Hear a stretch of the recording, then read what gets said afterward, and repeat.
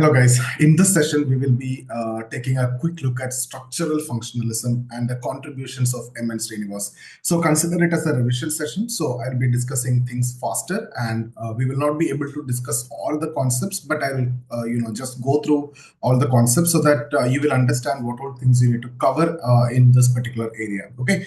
So when we talk about structural functionalism, it's actually rooted in the works of Radcliffe Brown and Malinowski. And they view society as a cohesive system where each part serves a purpose for the stability of the whole, right? So whenever we talk about functionalism, they'll try to identify if something is existing in society, which means it is necessarily fulfilling some vital functions. So here in society also, if there is something which is existing, that is how you will be seeing it.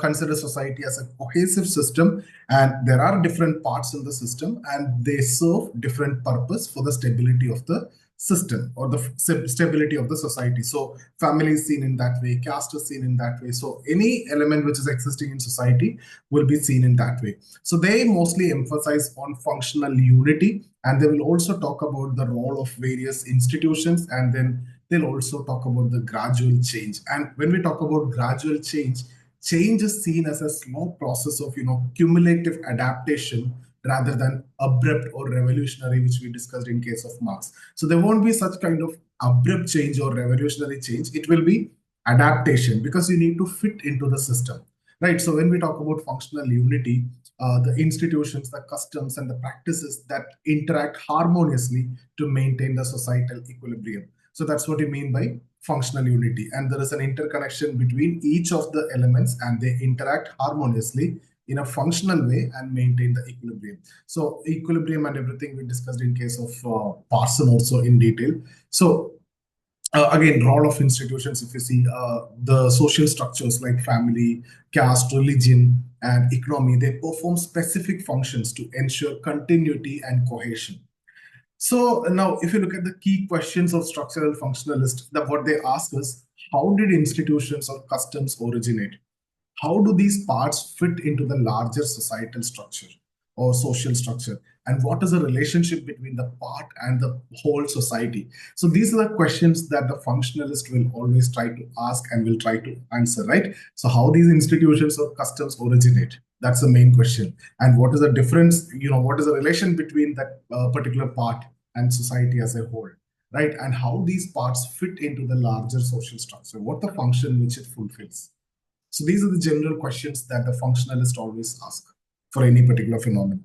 Now, Radcliffe Brown famously stated that the total social structure and the social usage, that work together with internal consistency to avoid persistent conflict. So all these will work together and always will try to avoid the conflict. And if you remember when we talked about Durkheim, there will be some temporary abnormal forms, but again it will be overcome over a period of time, and that's a temporary situation, that anomy. So let's try to understand structural functionalism quickly, a revision. So see, when we talk about structural functionalism, they rely heavily on field work and contextual observation. So for a context, whether it is functional or not. So when we talk about caste, it may be structurally, when we talk about structural functionalism, for this particular context, it is functional. So this is mostly contextual. And field work is what actually involved in this, right? So consistency across institutions, like how different activities and institutions fit together, and conflict resolution, mechanisms that prevent conflicts from destabilizing the social order. So these are the things that they look into. And empirical relevance, that means field work, insights derived from observing communities in their natural settings. The actual field work will be carried out, right? So if you see prominent Indian sociologists like S.C. Dubey, M. N. Srinivas, Makim Marriott, I.P. Desai, they all follow the same approach to study Indian society. And they demonstrated its relevance in understanding traditional systems like caste, village dynamics, and religious practices also. So now let's talk about M. N. Srinivas, the pioneer of structural functionalism in India. See, theoretical and methodological contribution we can discuss. If you see M. N. Srinivas, he moved beyond the theoretical framework, which is derived from the Western sociology, to emphasize field work and direct observation more. Because if you need to know the actual ground reality, you need to conduct the field work, right? So he introduced a dynamic approach by combining anthropology and sociology to study Indian society. So we have already discussed about his field study of codes when we had the discussion on MN Srinivas, and then we also discussed about inductive approach, various concepts and everything. So here, let me quickly go through what all things we have covered. So if you see his study, he studied the Coorg of Karnataka and mainly focused on what rituals, beliefs, and caste dynamics. Guys, go through the notes. So if you are taking this video only, if you are attending this video only, I've given the details in the description where you can download the PDF free of cost, where everything is covered actually. Okay, so if you're interested in the class or the mentorship or the test series, you can consider joining that also. So when we talk about that's about field study of Coorg, and he also highlighted how rituals like worshipping rivers, especially rivers like Ganga, Kaveri, that showcase functional unity and integrating different castes like Brahmins as priests, Kanyas as astrologers, Bannas and Panikas as lower caste. So all these have actually discussed, and the functional unity and everything has been demonstrated. And he used a micro level observation to derive macro sociological generalization. So a kind of inductive approach also followed. And he relied on field work rather than relying solely on the sacred text or Western theory. So it's not purely Indology also. So he went for actual understanding and he went for the groundwork, right?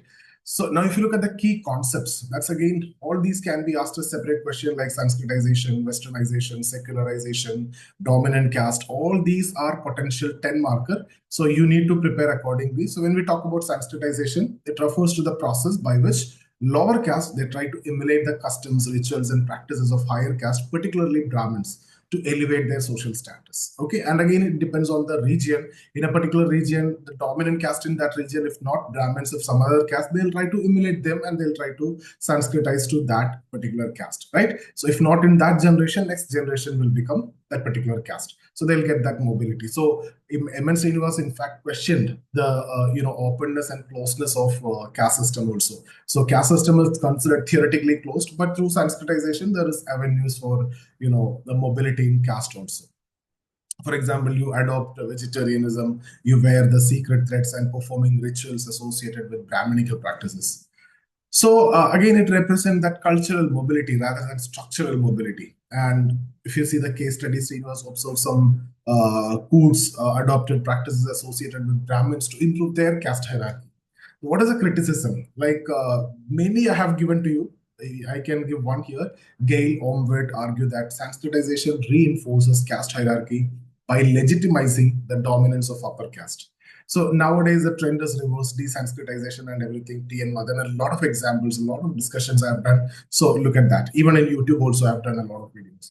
Now coming to Westernization. Westernization involved the adoption of Western cultural, social, and economic practices due to colonial influence and modernization. There are different phases in which you can understand the primary Westernization, secondary Westernization, tertiary Westernization. When we talk about primary Westernization, that's the introduction of British education, railways, and legal system, like that. Okay, and then secondary Westernization is the spread of Western ideas to rural areas through mass media and education from those who came in contact with the primary westernized people, like that. Tertiary means adoption of consumer culture and modern lifestyles. What is the impact? Westernization introduced ideas of democracy, secularism, and individualism into Indian society. Now remember, Westernization and rationality both are different. When we discuss in India's case, it is mostly Westernization. Okay, so not rationalization. Think about the difference. Now, secularization. See, if you define secularization, it refers to the process by which religions loses its central role in governing social and political life. So, M.N. Srinivas, in fact, noted that secularization was influenced by Western education, urbanization, and industrialization that is leading to the separation of religion from governance and public life. Now, coming to dominant caste. So, what is the definition? A caste to become dominant when it has numerical strength, economic power, and political influence at the village level. It is not necessary that the Brahmins are always dominant. If a caste in a particular region possesses the numerical strength, economic power, and the political influence, they will be the dominant caste in that region. So when someone is trying for Sanskritization, they look for the dominant caste in that region. So there are certain attributes of dominant caste which he mentioned, like the large land ownership. There will be a good numerical strength and the high social status, access to modern education and government jobs, urban incomes, and political representation. So if you look at a case study in Rampura village, Srinivas observed that land-owning peasant caste, despite being lower in ritual hierarchy than Brahmins, but held significant power and influence. Similarly, again, one of the criticism Gail Omwood, you can discuss, argued that the concept of dominant caste failed to explain why Dalits, despite their numerical strength, do not achieve dominance due to entrenched caste hierarchies.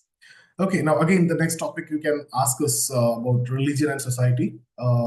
There they can ask you, see guys, when we talk about Sanskritization, it's a general process. I told you whichever caste is dominant, they'll try to emulate their status, right? So Brahminization, on the other hand, means you will try to become Brahmin, like in that particular caste. So you can say Brahminization is part of Sanskritization. So here again, when we discuss about religion and society, these topics will come again. So Srinivas analyzed the interplay between religion and caste in India. So initially, Srinivas used this term Brahminization to describe how lower caste adopted Brahminical practices, but later he expanded it to Sanskritization to include emulation practices, from other dominant caste also.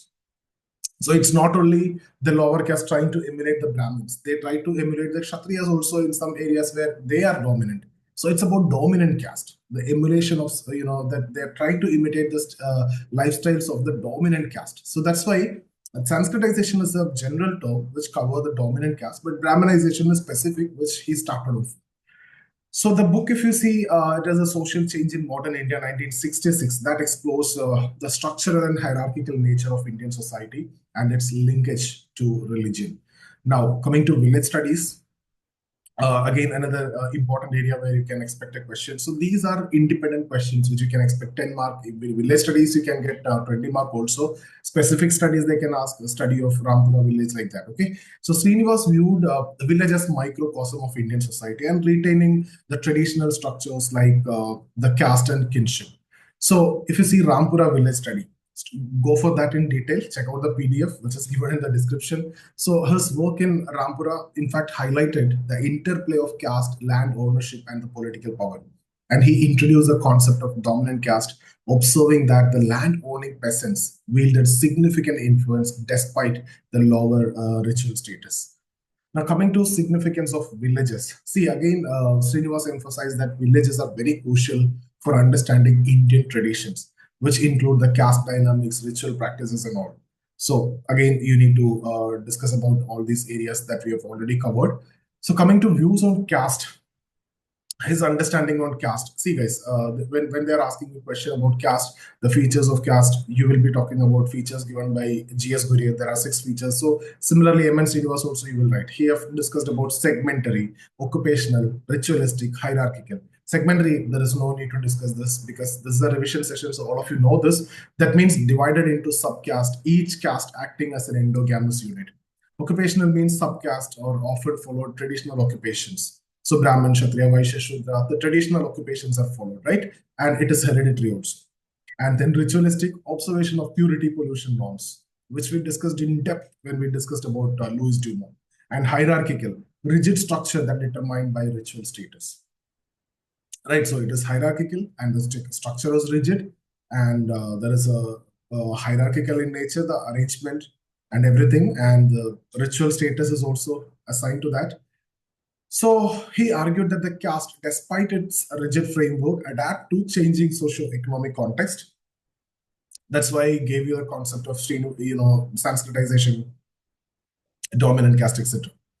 Now, what are the criticisms? Of course, this upper caste bias, that is one of the criticisms. Srinivas focus on Hindu tradition and caste often sideline marginalized perspectives like those of Dalits and tribal communities. That is one important criticism. And then overemphasis on functions or overemphasis on stability.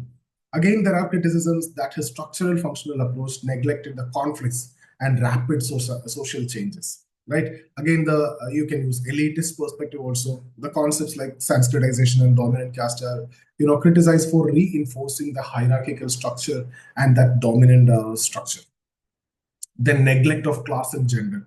His work did not adequately address the class dynamics or the feminist perspective. That's another criticism.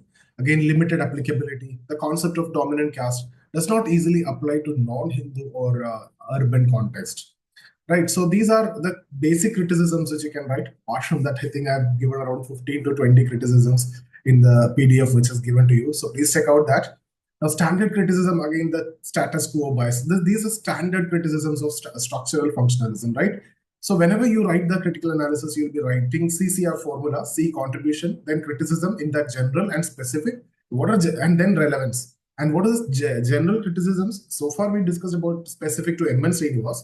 General criticism of structural functionalism made the status quo bias, overgeneralization of findings, neglect of conflict and inequality, and all these you can write. Right? So what we can write in conclusion.